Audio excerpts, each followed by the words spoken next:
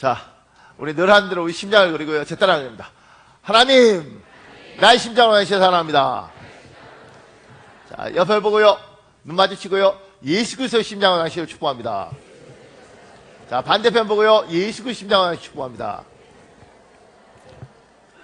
고맙습니다. 자, 우리 이달의 말씀 하겠습니다. 이는 여호와께서 요셉과 함께 하심이라. 여호와께서 그를 범사에 형통하게 하셨더라. 창세기 39장 23절 하반절 말씀. 여호와 하나님, 주님과 함께 하겠습니다. 범사에 함께하여 주옵소서. 범사에 형통하게 하옵소서. 범사에 감사하게 하옵소서. 예수님의 이름으로 기도합니다. 아멘. 반드시 여러분의 선포대로 될 줄 믿습니다. 오늘 말씀이 신명기 28장에 내가 들어와도 복을 받고 나가도 복을 받고. 저 예수 믿고 처음에 이 말 할 때 미치는 줄 알았어요. 유치해서 이게 뭐야 뭐 이렇게. 시간이 가면서 이제 나이가 들어가면서 야, 참 이렇게 됐으면 좋겠다 이런 생각들 많이 합니다. 들어와도 복을 받고 나가도 복을 받고. 그리고 창세기 39장에 보면 하나님이 여호와 하나님이 요셉과 함께 하였고 그 요셉의 인생이 형통하였다는 거예요. 이 형통한 게 지금 나가도 복을 받고 들어가도 복을 받고 이게 형통한 거죠. 이 형통에 관한 이야기를 제가 좀 하려고 합니다. 사랑하는 여러분, 이렇게 세상에 크게 세 종류 사람이 있습니다. 첫 번째, 평범한 집안입니다. 좋은 일도 있고 나쁜 일도 있고 그냥 그런 것들이 고루 있는 집안입니다. 평범한 인생인 거죠. 평범한 인생이 어떤 인생일까 생각하다가 이 공첸이한 사람, 중국어로는 공건인데 이 사람이 공자 75대 손이더라고요. 문화혁명 때 이 세상에서 가장 나쁜 사람의 75대 손 이래서 중고등학교 때 마음고생을 굉장히 많이 했다고 그래요.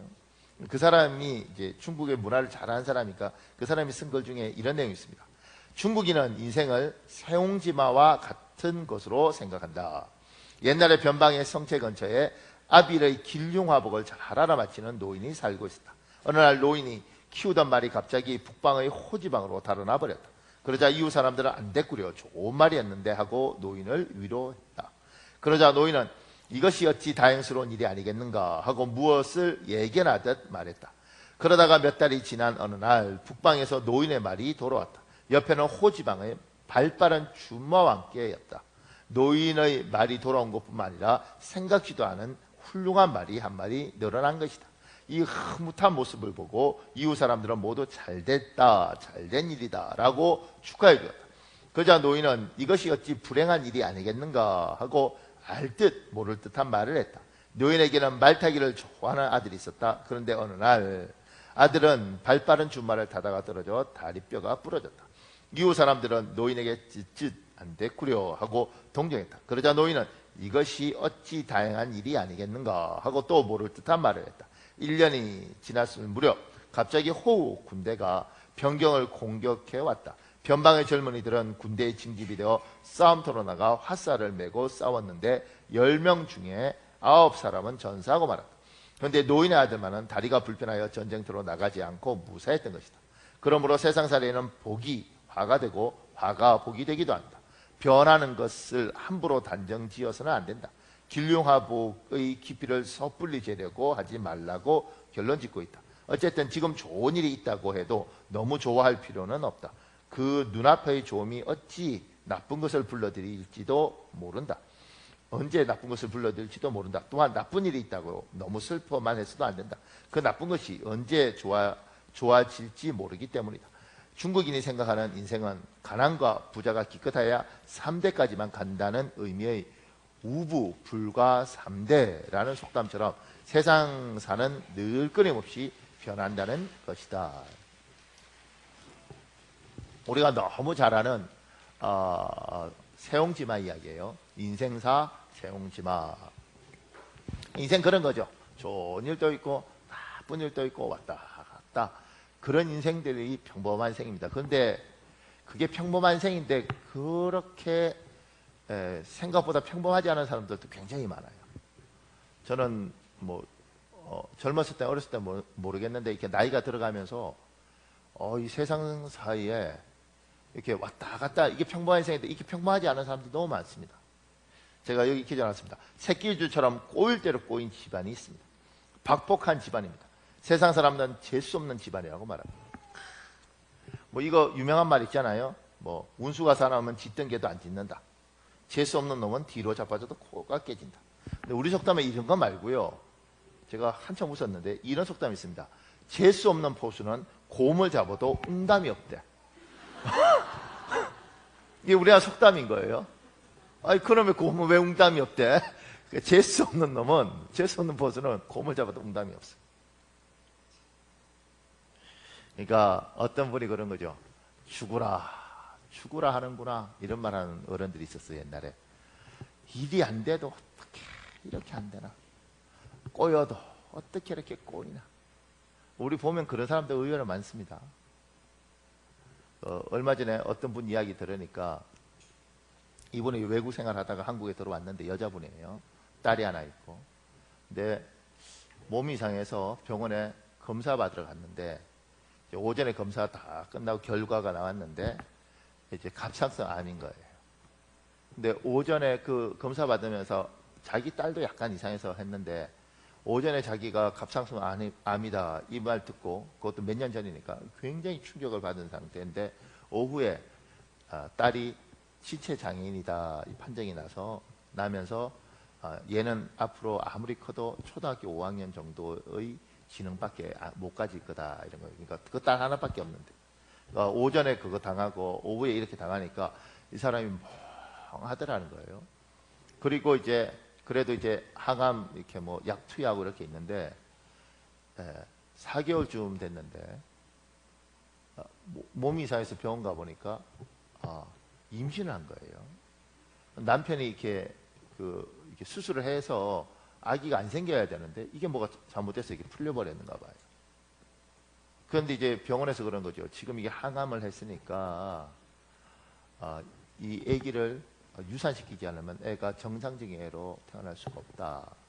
100% 이건 유산시켜야 된다 이랬다는 거예요. 그러니까 인생이라는 게 그놈의 집안은 어떻게 꼬여도 그렇게 꼬이나, 어떻게 안 돼도 그렇게 안 되나. 근데 그분만 꼬이는 게 아니고 제가 목사님들 보면 목사님들 중에서도요, 제 처음 모셨던 목사님, 그 목사님이 이제 제가 처음 사역했던 그 목사님이 친구가 있었는데 그 친구는 신학교 졸업할 때 수석으로 졸업했대요. 그런데 이제 그 당시에 서울에 택시 타고 제일 가난한데 아무데나 이렇게 막대기 하나 치면 살 수 있는데 내려주세요. 그러면 봉천동이나 상계동에 내려줬대요. 그만큼 이제 봉천동하고 상계동이 지금 엄청 변했지만 가난했던 거죠. 그래서 이제 제 처음 모셨던 목사님은 봉천동에 내리고 그분은 상계동에 내린 거죠. 두 분이 이제 개척을 했어요.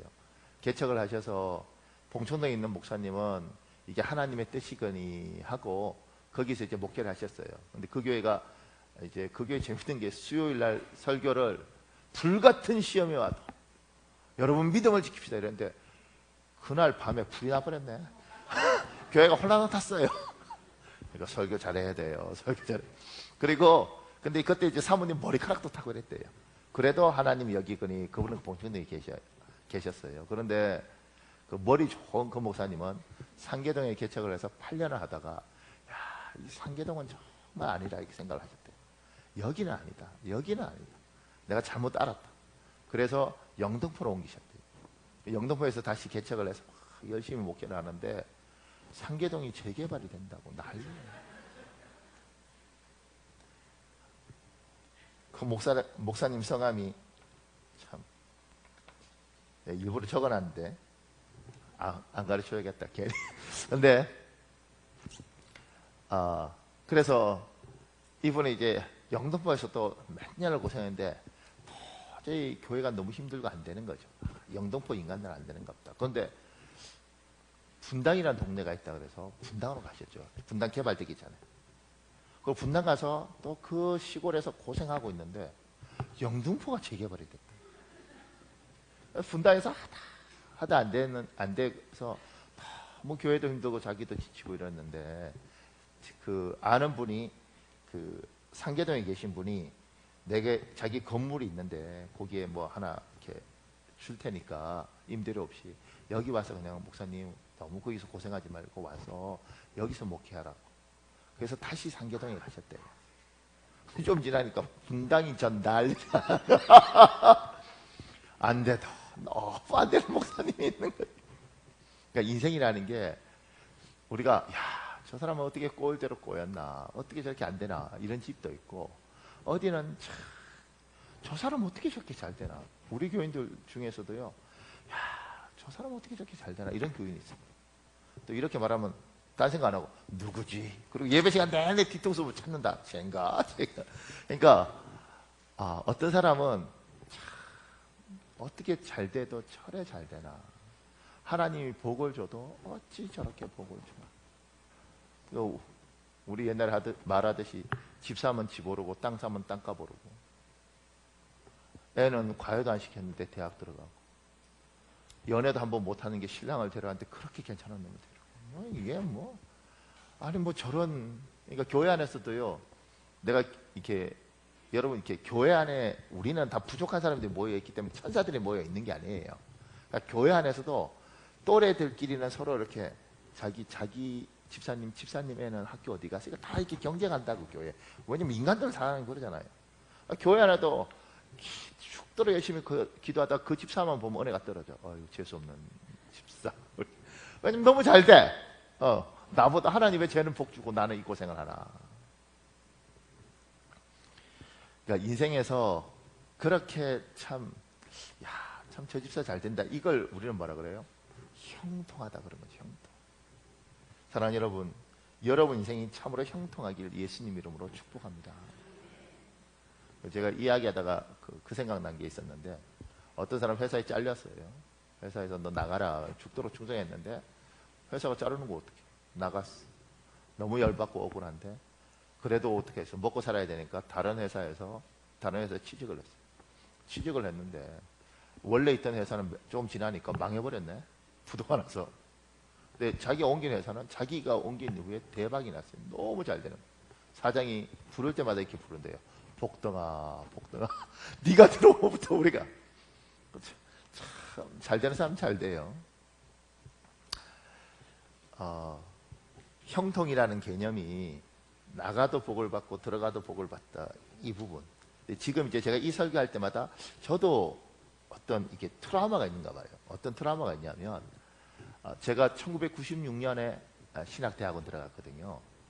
근데 그때 들어갈 때 늘 수업 시간이나 교수님한테 들었던 건 뭐냐면, 기복치는 안 돼요. 하나님 앞에 뭐 자꾸 달라 그러면 안 돼요. 하나님이 그렇게 뭐 치사한 분이에요? 하나님 뭐 자판기예요? 누르면 오게? 이런 걸 늘 듣고, 똑똑하고 존경하는 목사님들은 이런 이야기를 많이 했어요. 그러니까 제가 이제 그런 걸 듣다 보니 하나님 앞에 뭐 달라고 하면 굉장히 치사하고 뭔가 이제 하나님을 우습게 여기고 이용하는 느낌들을 제가 30대 때 늘 가지고 있었죠. 그러니까 복 주세요 이러면 안 된다고 생각하고, 주님 나의 믿음을 키워주시옵소서 그러면서 멍청하게 했던 기도가 뭐냐면, 주님 나에게 연단을 주시옵소서. 정말 뭐 그딴 기도를 해갖고 네, 정말 웃긴 게 돈 달라고 하면 잘 안 주시는 분이 있고, 이거는 즉각 들어줍니다. 주님 나를 한번 제대로 고생시켜 주십시오 이러면요 거품 물 수 있습니다. 근데 정말 하나님 앞에 그런 기도만 했죠.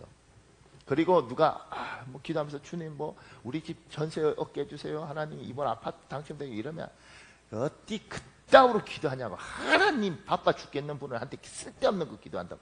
민족의 복음만 뭐 이런 식으로 제가 그렇게 설교했고 그렇게 훈련을 받았어요. 근데 뭐 그 말이 100% 틀린 말은 아니지만 지금 생각하면, 제가 한 번씩 이제 제가 옛날에 배웠던 신학들, 100% 틀린 건 아니지만 배웠던 신앙생활들이나 신학들을 생각할 때마다 부르는 노래가 있습니다. 속았구나 속았구나. 여러분은 전통을 했나요? 혼자서 이렇게 장난삼아 이렇게 생각할 때 속았구나 속았구나 이 생각 이거 불러요. 그러니까 왜 속았다고 생각하냐면 기복이라는 것은 하나님 관심 없어요. 그러니까 무당이든 뭐든 어디든지 복 주면 그냥 거기가 엎드려서 절하고 뺏어 먹는 거예요. 철저히 내중심적이고 여기 가치가 없는 거예요. 여러분과 나는 하나님을 섬기잖아요. 힘들어도 이렇게 헌금하고 피곤해 죽겠는데도 예배 오고 밤새 야근하고도 눈 뻑뻑한데 와서 앉아서 졸더라도 오는 거잖아요. 이게 하나님을 신뢰하고 하나님을 내 구주로 영접하겠다고 주님으로 영접하겠다고 세례 받은 거잖아요. 그런 사람들이 내 아버지 나를 위해 십자가에 신 전능하신 하나님 앞에 도움을 구하는 게 어떻게 나쁜 거냐고. 저는 늘 도움을 구해요. 주님 은혜를 주십시오. 나보다 똑똑한 사람들한테 내가 설교를 하는데 하나님 은혜를 주시지 않으면 이게 어떻게 설교가 되겠습니까? 주님 지금까지 내 설교 많이 들었으면 정말 1000편도 넘게 들었을 텐데 하나님 은혜를 주십시오. 이렇게 할 수밖에 돼 있겠습니까? 내가 그렇게 하나님 앞에 도움을 구하는 거나 여러분이 하나님 집이 없어요. 갈 데가 없어요. 집 주세요. 하나님 직장이 없어요. 직장을 주세요. 이거하고 뭐가 다르겠냐고. 에이, 하나님 귀찮게 해드리면 안 돼. 그냥 내가 알아서. 그렇게 훈련받고 그렇게 배우는 것들이 저는 문제가 많다고 생각합니다. 제가 옛날에 제 친구, 제가 굉장히 사랑하고 존경하는 제 친구하고 중국에 이야기할 때 그 친구는 처음 하는 자랑이에요. 40일씩 정말 물만 먹고 하나님 앞에 자기 생명을 드린 뭐 그런 친구라고. 그러니까 너무 그러니까 설교를 그렇게 하는 거예요. 중국에서 목회할 때 여러분 하나님 제대로 섬기세요. 그따위로 자꾸 돈 달라 그러지 마세요. 뭐 이렇게. 근데 어느 날 제가 이제 전 부목사였으니까 뭐라고 못하다가 나중에 제가 이제 미국 갔다가 잠시 중국 간 적이 있거든요. 가서 제가 제 친구 목사한테 그랬어요. 목사님 그렇게 설교하지 않았으면 좋겠다. 나는 목사님이 깨끗하고 훌륭한 사람이라고 생각한다. 근데 목사님 중국에 있는 우리 이 성도들은 한국에 있는 재산 다 팔아서 여기서 어떻게 한번 재개해 보겠다고 온 사람들인데 여기서 망하면 한국에 있는 거 다 투자해서 망한 거기 때문에 중국에서 거지가 돼야 됩니다.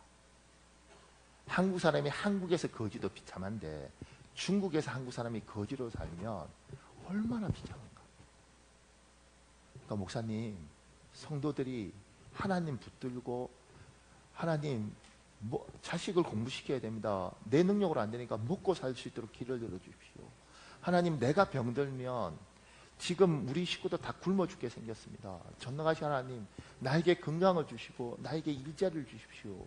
하나님 부도 나지 않게 붙들어 주십시오. 목사님 성도들한테 그 이야기를 하고 성도들이 울면서 하나님 앞에 매달리고 그리고 하나님이 주시는 것에 대해서 감사하고 목사님 그렇게 설교해야 된다. 이 사람들 지금 여기서 망하면 다 거지다. 그렇게 이야기했던 적이 있어요.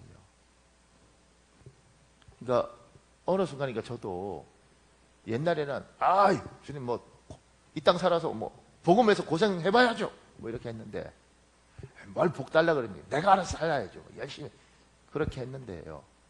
어느 순간인가 나이가 이렇게 들어가면서 연약한 인간이라는 걸 잠시 깨닫고 내 뜻대로 인생이 안 돼요.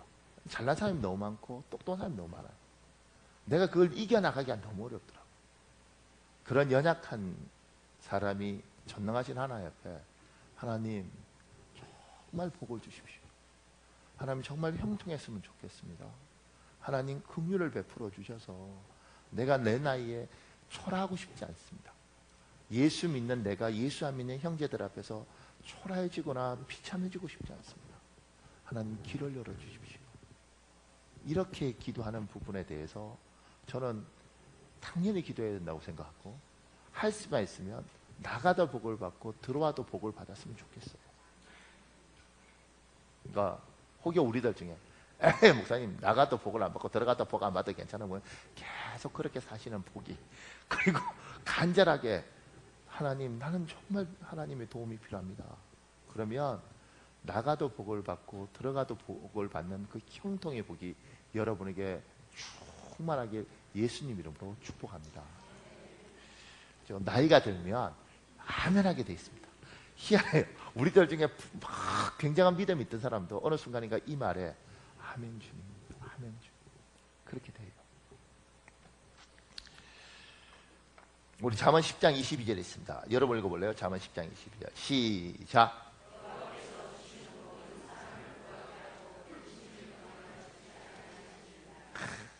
참 좋죠. 여호와께서 주시는 복은 사람을 부하게 하고 근심을 겸하여 주지 아니하시느니라.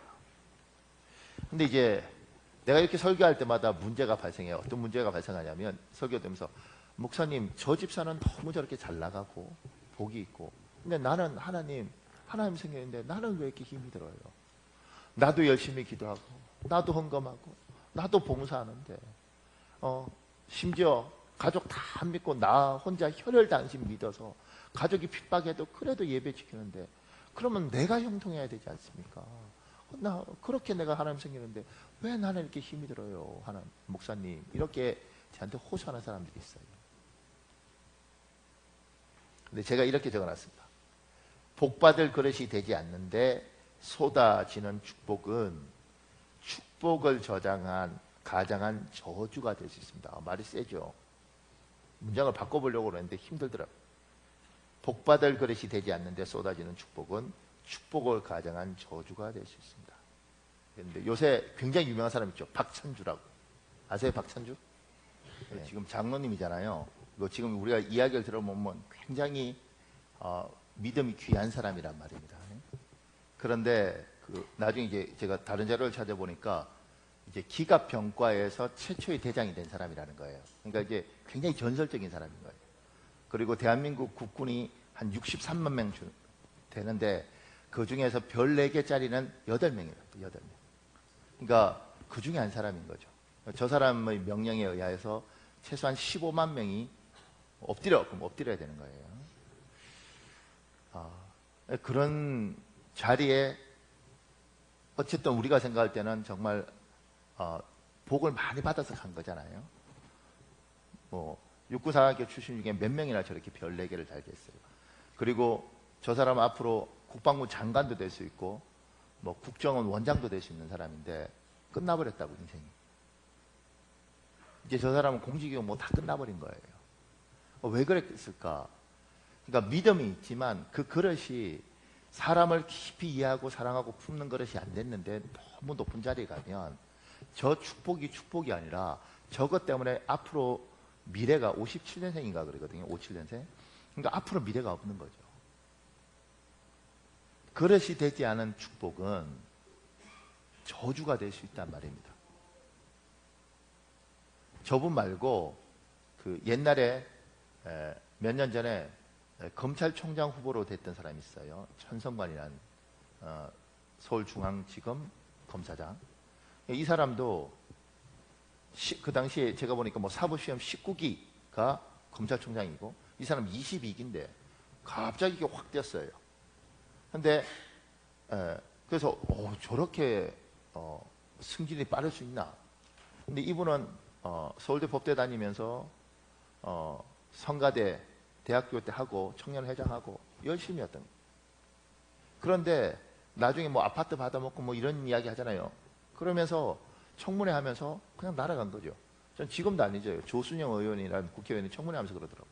당신이 검찰총장이 될 생각을 한 번이라도 가졌으면 자기 관리를 어떻게 이따구로 하느냐는 거죠.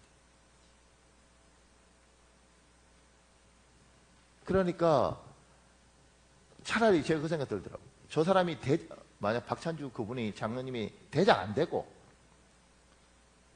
계급 좀 덜 해서 갑질하기 어려운 상황이었으면 그래도 군인으로서 명예로울 수 있었을 거 아니겠어요. 검찰총장 후보였던 그 사람이 검찰총장 안 되고 그냥 그렇게 하다가 고검장인가 이런 거 하다가 그냥 끝나면 저렇게 비참해지진 않을 수 있거든요. 그러니까 내가 감당할 수 없는 복을 받는 것들이 축복이 아니라 내 그릇이 되지 않고 쏟아지는 복은 화가 될 수 있고 저주가 될 수 있단 말입니다. 이를테면 제가 목사로서 여러분이 저를 어떻게 볼지 모르겠지만 전 욕심이 없겠어요. 욕심 없는 사람이 뭐 처자식 버리고 뭐 공부하러 다니고 이랬겠어요. 지금도 월요일 되면 가방 메고 서울 가서 교수들한테 인사하고 밥 사고 공짜로 강의를 들어요. 여기서 그러고 저녁에 오면 얼마나 힘든지 몰라요. 그런데 그거 하겠어요? 그런데 그러니까 제가 하나님 앞에 기도하는 거죠. 솔직하게 여러분 앞에. 하나님, 우리 교회가 더 성장했으면 좋겠고 더 많은 성도들이 왔으면 좋겠습니다. 그때마다 하나님이 저한테 하시는 게 있어요. 몇 년째. 얘야, 정말 여기 요셉처럼 내가 형통하게 해주고 싶다는 거예요. 내가 정말 형통하게 해주고 싶다는 거예요. 근데 네 그릇이 안 돼.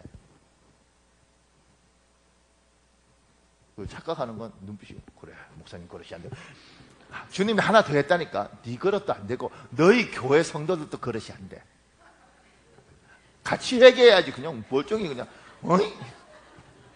네 그릇도 안 되고 너희 교회 성도 그릇도 안 돼. 그러니까 우리 교인들은 착해요. 이건 내가 빈말하는 게 아니고요. 우리 교회의 교인들은 착해요. 우리 장로님들 중에는 우리 교회에서 예수 믿고 평생 이 교회만 섬긴 장로님들도 좀 두 분이 계시잖아요. 그러니까 우리 교인들은 착해요. 그러고 보니까 김광호 선생님, 강정 목사님도 우리 교회에서 예수님 믿었어요? 이거 맞네 우리 교회. 그러니까 우리 교회 장로님들은 평생 우리 교회에서 예수 믿고 그냥 우리 교회만 섬겼어요. 모르지, 나 몰래 뭐 딴 교회 구경 갔는지는 모르겠지만 그렇게 했던, 그러니까 순박한 사람들이에요. 순박한. 지금 우리 이종철 전도사님이 저한테 와서 중고등부 담당하잖아요. 뭐라고 이야기하냐면 자기 너무 놀랬대. 그러니까 중고등부 사역하면서 목사님 제가 문제합니다. 그런데 자기가 봤을 때는 너무 착한 애인데 문제하래.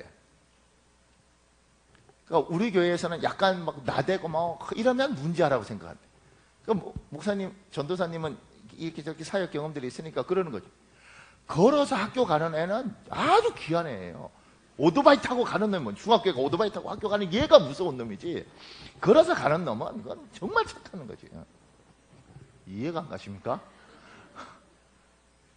그러니까 뭐 이렇게 애들끼리 투덜투덜거리고 한참 이건 천사라니까. 끌고 가서 놀랄까봐. 제가 사역할 때도요, 여자애 중에 하나가 중학교였는데 얘는 편지를 쓸 때 이름이 이슬이에요. 그래서 제보고 선언할 때 참소주 이렇게 왔어. 그래서 내가 왜 참소주냐 하니까 이름이 이슬이니까 제가 참소주가 뭐 하여튼 참이슬 소주인가 뭔가 있는가. 얘가 삐뚤하게 나갔다고요? 나중에 물었어요. 중학교 1학년 때 애가 굉장히 힘들어하고 2학년 때 더 심하고 이래서 얘가 너 무슨 일이냐 그러니까 중학교 1학년 때 얘가 키도 크고 이러니까 여자인데 선배들이 산에 데려가서 땅을 파들이면 들어가라고 그랬대. 그리고 까불면 너 묻어버리겠다고 그러더니 저는 영화에서 있는 일들을 내가 사역하던 애들이 그랬어요. 걔들은 진짜 오토바이 타고 학교 갔다. 그러니까 그런 것들을 봐야지 교회 애들이 순수한 게 아니구나. 내 애들이 내 앞에서는 가면을 쓰고 착한 척 하지만 얘들이 무서운 애들이구나 이러는데 우리 교회 애들은 정말 착한 거라요. 그러니까 그런 아이들을 보고 쟤 왜 저래 이렇게 말을 하는 거예요. 그러니까 그게 뭐냐면 우리 교회 수준이에요. 순박해. 그러니까 교인들도 여러분 충격받을 거야. 교인들도 자기 원하는 대로 안 된다고 그래서 도끼 들고 와서 이런 강대상 먹이는 걸 도끼로 찍는 안수집사를 보고 이래야지. 이렇게 정말 있어요. 목사님 마음에 안 든다고 설교할 때 올라와서 목사님 밀어버리고, 밀면서 목사님 넘어지고 자기도 넘어졌는데 전화해서 119가 예배 시간에 와서 이 사람 실어서 가고 목사님은 이렇게 어깨 펴서 앉아있고. 생전 처음 듣나요? 그러니까 여러분이 그런 교회에서 연단을 받아야 여기가 천국인 줄 아는데 여기서만 잘하면 아유 왜 이럴까 뭐 이렇게. 그러니까 우리 교인들이 순박하죠. 저는 그렇게 봅니다. 그리고 그러기 때문에 하나님이 저한테 그러시는 거죠. 그러니까 너도 그릇이 작고 너희도 어떻게 보면 어떤 면역력이 굉장히 떨어지는데 여기에 이를테면 성도들이 한 100명이든 뭐든 더 들어오면 너희 교회 풍지박산 난다는 거예요. 감당이 안 돼. 정리가 안 돼. 그리고 나도 감당이 안 돼. 그러니까 얘야, 너희 교인들이 이상한 사람이 와도 웃어주고 상태 안 좋은 사람들에게 품을 수 있을 만큼 너희도 잘하고 너도 잘해야지 부흥이 되든 뭘 해도 행복이 있지. 너희가 그 면역성이 없는 상태에서 만약 교인들이 막 오면 너희 감당이 안 된다. 하나님이 그렇게 말한 것 같아. 그걸 몇 년째 그렇게 말하는데 어떻게 성장해야 될지 잘 모르겠어요. 막 때려야 되나? 막 기도해야 되나? 아니면 내가 뭐 어떻게 해야 되나? 그러니까 하나님이 그 이야기를 하시는 거죠. 그러니까 여러분이나 나나 하나님 복을 주십시오. 그렇게 하는데 실제로 우리에게 우리가 원하는 기도대로 주면 우리는 감당할 능력이 있는가? 우리는 그걸 컨트롤할 수 있고 그 복으로 느낄 수 있는가? 아니면 조금 전에 봤던 그 장로님처럼 대한민국 전체에서 그냥 생매장 나가듯이 저렇게 당할 수 있다는 거죠. 제가 오늘 누구한테 이야기했더라? 조혜민이 누구지? 송중기? 송중기가 니보다 나이가 많냐? 니가 많냐? 송중기가 많아? 이를테면 송중기가 나한테 프로포즈를 했어. 혜민 씨 결혼합시다. 어떻게 해야 돼? 그렇지. 고맙다 얘야. 뭐 프로포즈 안 할 거니까 거절하는 게 당연한데 근데 송중기가 나한테 프로포즈를 해서 받았어. 예진아, 넌 눈빛이 하면 받겠다 이런 것인데 얘야 네가 아직 인생이 어려서 21살이냐? 응. 그러니까 송중기가 프로포즈 한다고 받잖아? 그래, 내가 이 남자하고 연애를 해야겠다. 그 순간 너는 잠 못 잔다 24시간. 왜냐면 이놈은 송혜교쯤 되니까 뭐 네가 설마 놔두고 딴짓 하겠니? 왜냐면 나도 괜찮으니까. 니는 괜찮겠지만 송중기가 너한테 프로포즈 하는 순간 너는 총 들고 24시간 송중기 잘 때도 자면 안 돼. 다른 여자가 훔쳐갈까 봐. 이해가 안 가십니까? 나 혼자 그 생각하고 얼마나 웃었다고. 야. 그러니까 여러분과 내한테 우리가 지금 생각할 때 뭐 우리가 이렇게 TV나 뭐 이런 거 볼 때 너무 잘생기고 너무 예쁜 사람들 많은데 주님, 내가 저런 놈을 저에게 허락하신다면, 저 여자를 저에게 허락하신다면 그 순간 남자분들은 100%예요. 우리 청년들 어딨나? 조상호. 요새 예쁜 애가 누구냐? 몰라. 하여튼간에 하여튼간 예쁜 탤런트가 있는데 걔가 나한테 프로포즈를 했어. 이를테면 아까 송혜교가 너보다 훨씬 누나겠지. 근데 하여튼간에 그러면 너 걔 화장품 값도 감당이 안 된다.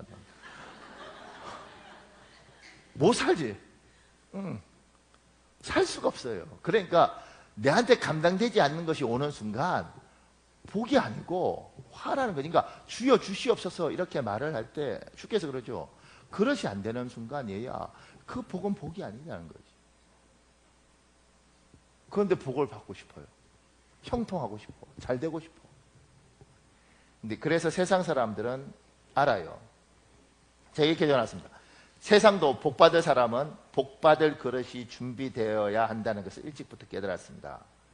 요게 이제 우리 공자 맹자할 때 맹자라는 책에 이런 내용이 나옵니다. 하늘이 장차 이 사람에게 큰 일을 맡기라 할 때는 반드시 먼저 그 마음과 뜻을 괴롭히고 뼈마디가 꺾어지는 고통을 당하게 하며 몸을 굶주리게 하고 생활은 빈궁에 빠뜨려 하는 일마다 어지럽게 한다. 그 이유는 그의 마음을 두들겨 참을성을 길러주어 지금까지 할 수 없었던 어떤 사명도 감당할 수 있게 하기 위함이니라. 저는 이게 어디 우리 경건서적이나 이렇게 목사 지침서 읽는 줄 알았어요. 그러니까 믿지 않는 사람들도 하는 거죠. 감당할 일들을 하기 위해서는 다듬어지고 훈련되어지지 않으면 감당이 안 되는 거예요. 하나님이 주님 저는 저렇게 형통하고 나는 왜 이러십니까? 하나님 나 사랑하지 않는 것입니까? 그럴 때 주께서 얘야 아들까지 주시니까 뭘 안 주고 싶겠니? 그런데 내가 너에게 주어지는 복이라는 것이 나는 정말 너를 형통하게 하고 싶고 많은 걸 주고 싶은데 감당할 수 있어야 되지 않겠냐? 네가 기도했다면 그 기도한 만큼 너의 그릇을 다듬어야 되고 네가 그 복을 받으려면 내가 쏟아주는 것에 대해서 부어주는 것을 쏟아버리지 않도록 네가 너의 그릇을 넓혀야 되지 않겠냐?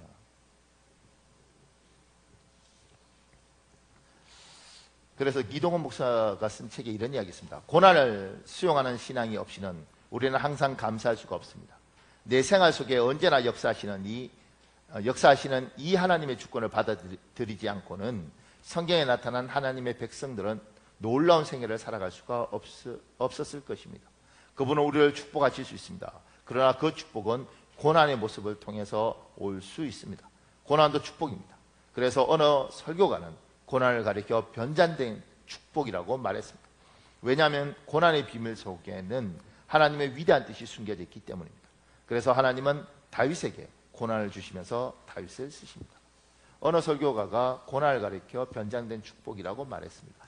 이 어느 설교가가 누군지 지금 제가 찾아보고 있는데, 근데 이제 캠브리지 잉글리시 딕셔너리라는 그 사전을 보면 그 사전에 이 구문이 있어요. 이 지금 말한 변장된 축복이라는 것, 영어로 이걸 a blessing in disguise래요. 가면선 축복, 위장된 축복. 가난이라는 것이, 고난이라는 것이, 고통이라는 것이 알고 보면 축복이더라는 거지. 그게 이 고통이 왔을 때 이거 어떻게 피하지? 이렇게 생각하는 게 아니고요. 세상 사람들은 그렇게 생각하는 거죠. 이거 어떻게 피하지? 어떻게 도망가지? 확 도망가 버릴까? 죽어버릴까? 이렇게 생각하는 것이고, 하나님의 사람들은 이게 오면 이거하고 싸우는 게 아니고 절대 주권을 믿고 저분하고 다투는 거예요. 그럼 나에게 뭘 원하십니까? 내가 어떻게 하기를 원하십니까? 이게 세상 사람들하고 우리하고 큰 차이예요. 세상 사람들은 문제가 있으면 이것만 피하면 돼요. 수단과 방법을 가리지 않고 어떻게든 이걸 피하려고 그러고 이걸 어떻게 풀까 이 생각을 하는 것이고, 우리는 뭐가 오면 이걸 푸는 게 아니고 저분하고 이야기를 하는 거죠. 요새 애들은 이거 딜한다 그러더라고요. 저분하고 뭔가를 해서 하나님 어떻게 하기를 원하십니까? 내가 여기서 뭘 하기를 원하시고 나에게 바라시는 게 뭡니까? 이걸 질문하는 거죠. 보세요. 여기 글이 하나 있는데요. 이 분 옛날 분인데 이런 말을 써놨어요. 하나님께서는 주의 천사들을 보내주셔서 나의 학업만큼은 계속할 수 있게 하셨다. 정말 기적 같은 도움의 손길이 내 걸음마다 따라다녔다. 하지만 생활비와 동생 학비, 내 책값과 빚과 사글세는 고스란히 내 몫으로 남아있었다. 그 때문에 나는 대학 4년 내내 과외를 하느라 쉴 틈이 없었다. 입주 과외를 중심으로 여러 과외를 했던 내게 찾아온 어려움은 시간과 체력의 한계였다. 학교 공부는 주로 휴강이 될 때 도서관에 가서 집중적으로 했을 뿐 따로 시간을 내서 한다는 것은 상상 속에서나 가능했다. 그러다 보니 대학 내내 체력의 한계에 시달렸다. 체격이 좋은 나였지만 잠 한숨 제대로 못 자며 대학 4년을 보낸 탓에 나중에는 뼈마 앙상한 몰골이 되었다. 4년 내내 그런 일상은 계속되었다. 잠깐이라도 대학의 낭만을 즐긴다는 건 상상할 수도 없었다. 늘 공부시키는 애들과 함께 입시 전쟁에 시달리면서 나의 대학 생활은 숨막히게 흘러갔다. 그렇게 대학 4년을 보낸 뒤 졸업식을 마치고 교회에 와서 기도를 하려고 무릎을 꿇으니 저절로 눈물이 주르륵 흘러내렸다. 무사히 졸업을 했다는 것 자체가 기적처럼 느껴졌기 때문이다. 남들이 꿈에 그리던 대학에, 그것도 명문대학이라는 데를 들어갔으면서도 낭만은커녕 공부도 마음껏 해보지 못한 채 대학 4년을 보냈다. 어떻게 학업을 마칠 수 있었는지 생각할수록 신기하기만 했다. 한편 감격스럽고 한편 쓰글펐다. 저절로 내 입에서는 이런 고백이 나왔다. 주님, 도대체 이게 뭡니까? 그렇게 벼르고 벌려서 대학에 들어갔지만 공부를 실컷 한 것도 아니고 겨우 애들 과외 가르치느라 대학 4년을 다 소비하고 말았습니다. 저는 왜 이렇게 시간을 보내야 합니까? 갑자기 너무너무 속상한 마음이 들었다. 깊은 한숨이 터져나왔다. 듣다 못한 주님이 가만히 계실 수가 없으셨나 보다. 주님은 내게 분명하게 말씀하셨다. 내가 너를 그렇게 묶어놓지 않았으면 내가 나의 종이 될 것 같으냐? 너무도 분명한 주님의 음성이었다. 한눈 팔 새 없이 그렇게 바쁘고 힘겨웠던 것이 모두 주님의 계획하심과 섭리 속에 이루어진 일이었다는 것이다. 왜 그렇게 하지 않으면 내가 소명을 저버릴 수 있다는 것이었다. 정말 대학 4년 동안 주님이 철저하게 묶어놓지 않으셨다면 내가 다른 길로 갔을까? 성실하게 공부 잘해서 인류대학에 진학한 뒤로 나에게 결혼 제의가 참 많이 들어왔었다. 목사님 집안부터 시작해서 장로님 집안, 입주 과외하는 가정에 이르기까지 나를 사이 삼으려는 적잖은 제안들이 끊임없이 계속되었다. 그만큼 나를 사랑해주는 사람들이 주변에 많았다. 그 덕분에 나는 힘든 생활 속에서도 힘을 잃지 않고 살아갈 수 있었다. 하지만 만약 그때 내게 마음의 여유가 생겨 누군가와 교제하거나 결혼을 했더라면 나는 전혀 다른 길로 가고 있을지도 모를 일이다. 주님은 내가 소명을 잃어버린 것을 원치 않으셨다. 소명을 향해 오로지 전진하도록 내 모든 시간을 묶어 놓으셨다. 그리고 그 시간 속에서 나를 단련하셨고 주를 향한 소망의 빛을 더욱 뚜렷하게 밝히셨다. 언제쯤 24시간 내내 주를 위해서 살까? 언제쯤 24시간 내내 소처럼 주의 일을 할 수 있을까? 바쁘고 힘든 시간이 계속되면 될수록 내 꿈도 더 뚜렷해졌다. 성는 양식을 위해서 아닌 영생하도록 하는 양식을 위해서 일하는 기쁨을 더욱더 소망하게 되었다.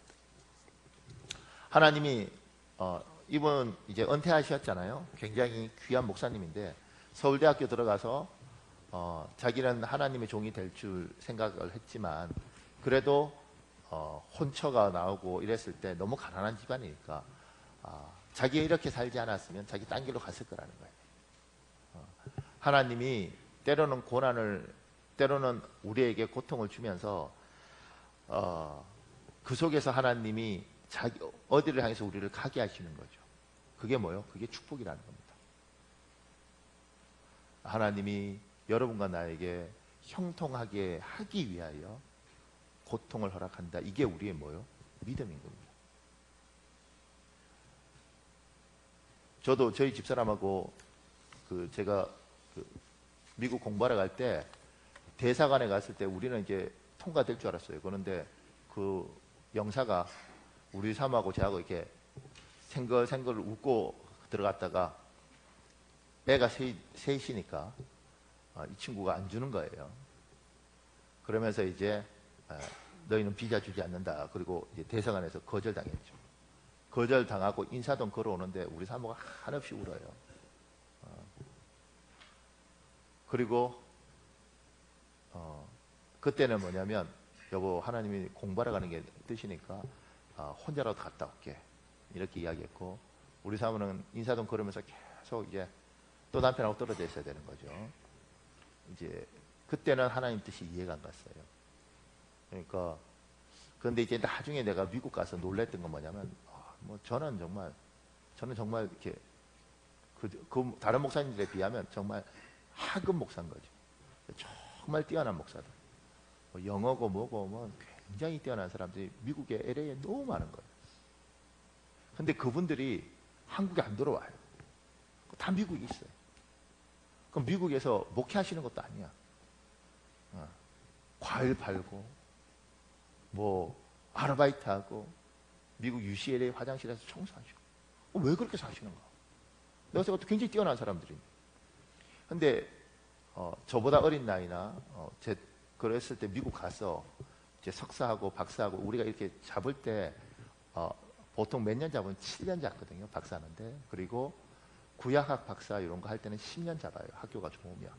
정말 빨리 하면 5년에 끝내는 경우가 있는데 그건 이제 사실은 굉장히 놀라운 능력이고 보통은 7년 그리고 제대로 하려면 10년을 잡는다고요. 그렇게 해서 한 6년, 7년 이렇게 할 때 애들이 초등학교 6학년, 중학교 1학년, 2학년 이렇게 되는 거예요. 심지어 고등학교 2학년. 못 들어와요, 한국. 왜냐하면 돌아오면 애들이 망가져 버려요. 그러니까 그 목사님들이 그렇게 애들 때문에 몇 년 있다 보니까 늙어버리는 거죠. 소명도 잃어버리고. 그때 알았어요. 하나님이 우리에게 비자 주셨으면 우리도 주저앉는구나. 그럼 여러분하고 내하고도 못 만나는 겁니다. 그러니까 지금은 저희 집사람하고 이야기할 때 그 인사동에서 눈물 흘렸던 게 추억이 된 거죠. 그러면서 이야기해요. 하나님 막으셨던 것들이 참 복이었다. 그때 아마 하나님 보냈으면 저도, 그러니까 그게 고통이죠. 고난인데 저도 아마 지금 UCLA 화장실 막 닦고 있겠죠. 대신 우리 큰아들은 영어 잘했겠죠. Hey man! 이러면서 이상한 영어 했을 거예요. 그죠? 그러니까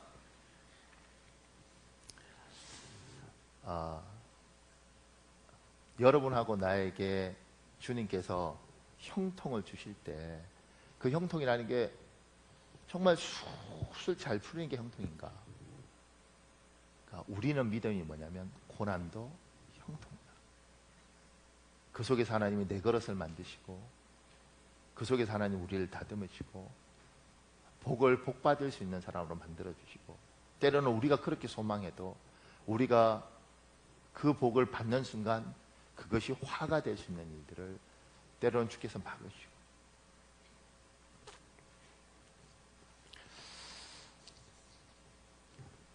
그 형통을 향해서 가는 가운데 여러분 꼭 하셔야 될 건 오늘 성경에 그렇잖아요. 여호와께서 요셉과 함께 하심으로 여러분 아무리 어려워도 하나님과 함께 하십시오. 제가 여기 기억났습니다. 예배는 신앙의 가장 기본적인 표현입니다. 예배가 무너지면 신앙이 무너집니다. 예배를 지켜야 합니다. 제가 어떤 분들 만나면 그래요. 목사님, 저는 굳이 교회 와서 예배 드리지 않아요. 안 와도 돼요. 왜냐하면 제 삶이 예배입니다. 그럼 제가 생각해요. 병원 가야겠다. 어떤 분 그래요. 기도해야죠. 목사님, 저는 호흡 자체가 기도입니다. 그럼 상태 안 좋다. 병원 가야겠다. 하나님은요 질서를 세워요. 그러니까 여러분과 내하고 이렇게 교회 생활 하잖아요. 여러분이 교회 생활 쉽지 않아요. 우리 교회도 등록 안 하고 교회 다니는 사람들 많거든요. 우리 교회는 재밌는 교회라서 뭐 2년씩 이렇게 11조도 다 하고 뭐 이렇게 다 해요. 그러시면서도 등록하는 사람들 많아요. 그러면 여러 가지 사연들인데 뭐 모두가 그런 건데 이렇게 교회에 대해서 깊은 상처가 있는 분들이 있습니다. 왜냐하면 교회에 있으면서 권사님한테 또 교회 성도들한테 상처를 받아서 하나님은 안 섬기면 안 되고 그리고 그러니까 교회를 와요. 예배만 딱 들고 도망가 버리는 거죠. 우리 교회는 생각보다 그런 분들이 많이 있습니다. 한 10%쯤 돼요. 주일날 예배 참석하는 거 의외로 많죠. 어떤 분은 전 이름도 몰라요. 안 가르쳐 주니까 안녕하세요 그러면 아는 찾지 마세요. 그리고 가시고 근데 예배는 꼬박꼬박 오세요. 그러니까 뭐라 그러겠어. 그러니까 나는 이제 편하게 다니세요 이렇게 이야기하거든요. 그런데 이제 왜 그럴까 하면 인간관계가 너무 어려운 거죠. 그런데 하나님은 그걸 그 어려운 관계 속에서도 신앙생활 하기를 원하시는 거예요. 그러니까 기분 좋게 예배당에 왔는데 그 집사만 보면 때마다 은혜가 떨어져. 막 재수가 없어. 그래서 그 집사 2부에 오니까 내가 1부에 와야겠다고 해서 1부에 왔는데 이게 또 1부에 앉아있네. 그것도 내 앞에 앉아있어. 예배 시간 내내 설교도 들리지 않고 목사님도 안 보이고 그 뒤통수만 보면서 저걸 때려 밟아 도망가 뭐 이러면서. 그러니까 그게 근데 하나님은 왜 그랬겠냐? 왜 모아뒀냐고. 교회 엄ting이 제일 편해요. 처자시키고 뭐 다 필요 없어. 그냥 혼자 사는 게 제일 편해. 밥 먹고 싶으면 먹고 안 먹고 싶으면 안 먹고. 그런데 하나님은 결혼시키고 가정 낳게 하시고 교회에 모아두시고 이렇게 산다고요. 왜요? 인간은 하나님이 그 속에서 사람을 다듬어요. 그러니까 이게 싫은 거죠. 다듬어요. 그리고 부딪히면서 갈려요. 교회 안에 희한하게 다양한 사람들이 많아서 같은 말인데도 꼭 톤이 안녕하세요 집사님 이래서 들을 때마다 재수 없는 집사가 있고 하나는 뭐가 우울한지 인사할 때마다 저거는 내가 기쁠 때마다 인사하고 나면 쫙 깔아놓는 것 같아요. 뭐 별 희한한 사람들이 있는 거죠. 그 사람들을 뭐요? 알아가고 품어가면서 신앙생활하는 게 신앙이라고요. 제가 전에 이야기했잖아요. 내 후배 중에 하나는 예배 드릴 때마다 이렇게 있는 후배가 있어요. 다 찬양하고 이랬다. 얼마나 재수 없어. 예배 시간에 막 박수를 치던가 찬양하던가. 그 제 후배 중에 하나가 물은 거죠. 너 예배를 왜 그따구 드냐고. 하나님 앞에 건방지게 팔짱 닦이고. 근데 이 사람도 상처가 많은 친구입니다. 오해하지 말라고. 왜 이렇게 되냐, 건방지게. 마음 안 열겠다는 거 아니야. 그거 아니라고. 찬양하고 예배만 하면 막 심장이 터져버릴 것 같아. 하나님에 대한 사랑 때문에. 그래서 막 붙잡고 있는 거야. 생각이나 했겠어요? 그런, 세상에 그런 인간인 줄 알게나 했겠어요? 그러니까 너무 뜨거워서 막 자기 심장을, 그런데 우리 눈에는 금방지게 발전, 이렇게. 그러니까, 그러면서 내 자아가 깨지고 내가 옳다는 게 깨지는 거예요. 하나님은 뭐요? 그렇게 엮어둔 거죠. 그래서 이 세상에서 가장 혹독한 훈련이 뭐요? 부부 사이에 받는 훈련이에요. 어떻게 내하고 그렇게 다른 종류의 인간하고 내가 결혼했을까? 결혼할 때는 푹딱 빠져서 결혼했는데 결혼해서 가만 보니까 뭐 세상에 이런 인간이 다 있어요. 우리 부부 잘 살죠?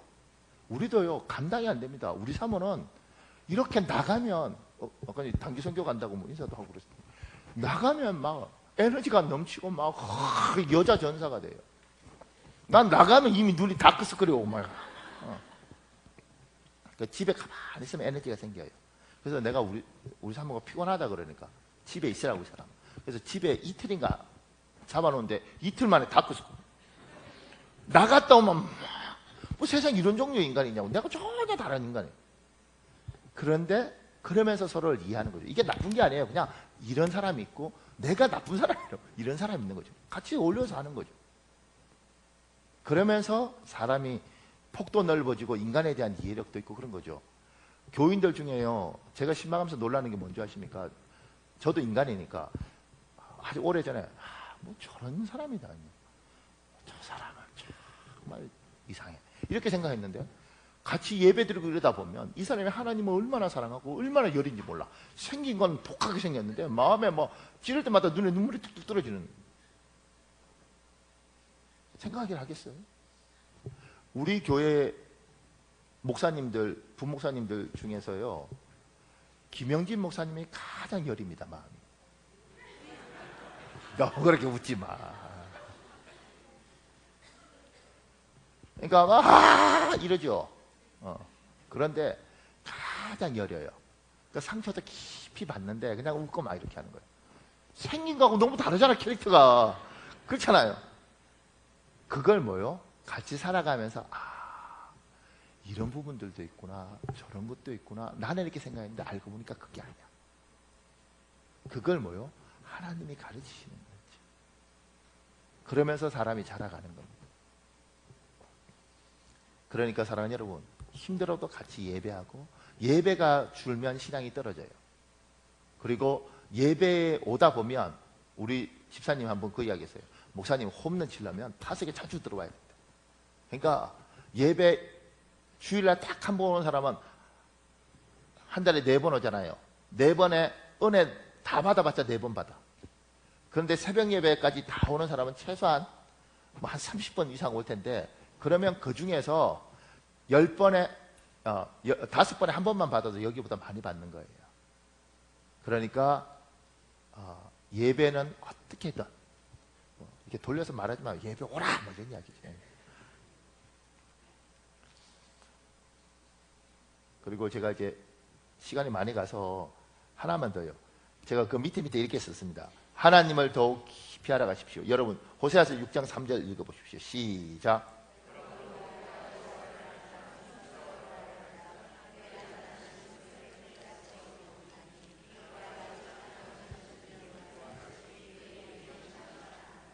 사랑하는 여러분, 여러분이 하나님의 사람으로 고난 가운데 하나님 앞에 예배드리고 하나님 같이 있으면서 하나님의 마음을 알아야 됩니다. 그래야 그릇이 깊어져요.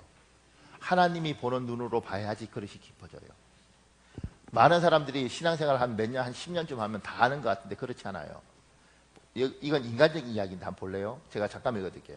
친정엄마로부터 다급한 전화가 왔습니다. 준이 엄마야, 준이가 장염이 심해서 입원해야 한대. 일찍 올 수 없니? 아들을 엄마에게 맡기고 직장을 다니는 터라 아이가 아프면 엄마가 병원에 데려갔습니다. 그날도 별거 아니겠거니 하고 평소와 다름없이 출근했습니다. 그런데 입원이라니요.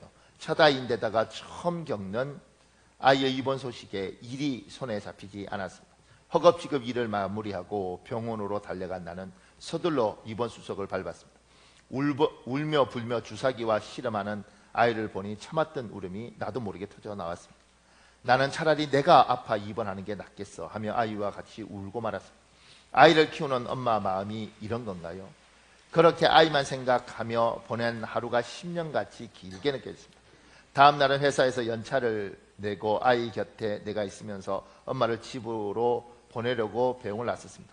엄마도 손자 입원에 신경을 쓰라 기운이 없어 보였습니다. 근데 엄마가 갑자기 이런 말씀하셨습니다. 준이 엄마야, 오늘 정신이 없었겠지만 내가 대신 아프겠다는 말은 나에게 하지 마라. 너도 나에게 소중한 딸이야. 그 순간 눈물이 핑 돌았습니다. 내 자식이 소중한 것처럼 엄마에게 나도 그런 존재임을 왜 잊고 사는지 모르겠습니다. 엄마에게 너무 미안한 마음이 들었습니다. 엄마, 갓돌 지난 둘째까지 돌보느라 고생이 많으시죠. 쑥스러워서 하지 못한 말이 너무나 많네요. 늘 고맙고 사랑합니다. 이게 이제 좋은 생각이란 월간 잡지에 나와 있는데 몇 월인지 잘 모르겠어요. 아주 옛날에 제가 읽었는데, 그러니까 자기 애가 아프니까 엄마 보는 앞에서 차라리 내가 아팠으면 좋겠다 이 말을 하는데, 그걸 들은 친정 엄마가 이야기하는 거죠. 다시는 그런 말 하지 마라. 너도 내 딸이고 내 딸이 아픈 것이 너무 마음이 아픈 거죠. 이게 뭔지를 어떻게 청년들이 알겠어요? 결혼해서 엄마가 되어보면, 딸을 키워보면 아는 거예요. 그러니까 믿음은 그렇게 깊어지는 겁니다. 하나님은 그렇게 그냥 단순히 공부하고 성경 공부 몇 번 하고 아는 게 아니라고. 제가 저번 주에 이야기했잖아요. 저번 주에 비 올 때, 여러분 막 힘들게 올 때 제가 뒤에서 기도했다니까, 하나님 이렇게 힘들게 왔는데 은혜 주십시오. 성도들에게 은혜 주셔야 삽니다. 하나님 은혜 주십시오. 이렇게 마음으로 기도하고 있을 때 하나님이 그러시는 것 같아요. 하나님 저한테, 얘야, 얘들은 내 백성이다. 그러니까 네가 지금 은혜 주세요 막 이렇게 하는 것들이 은혜 안 줄 것처럼 생각하는데, 네가 하는 것보다 내가 내 백성이기 때문에 훨씬 은혜 주고 싶다. 그때 알았죠. 내가 뭔가 착각하고 기도하고, 뭔가 하나님은 은혜 안 줄 것처럼 틀려요 이랬는데 내가 더 사랑하는 것처럼, 얘야, 얘들은 내 백성이야. 너보다 내가 훨씬 은혜 주고 싶다. 그렇게 알아가면서 그릇이 넓어지는 거죠. 인간에 대한 깊은 이해, 하나님에 대한 깊은 이해.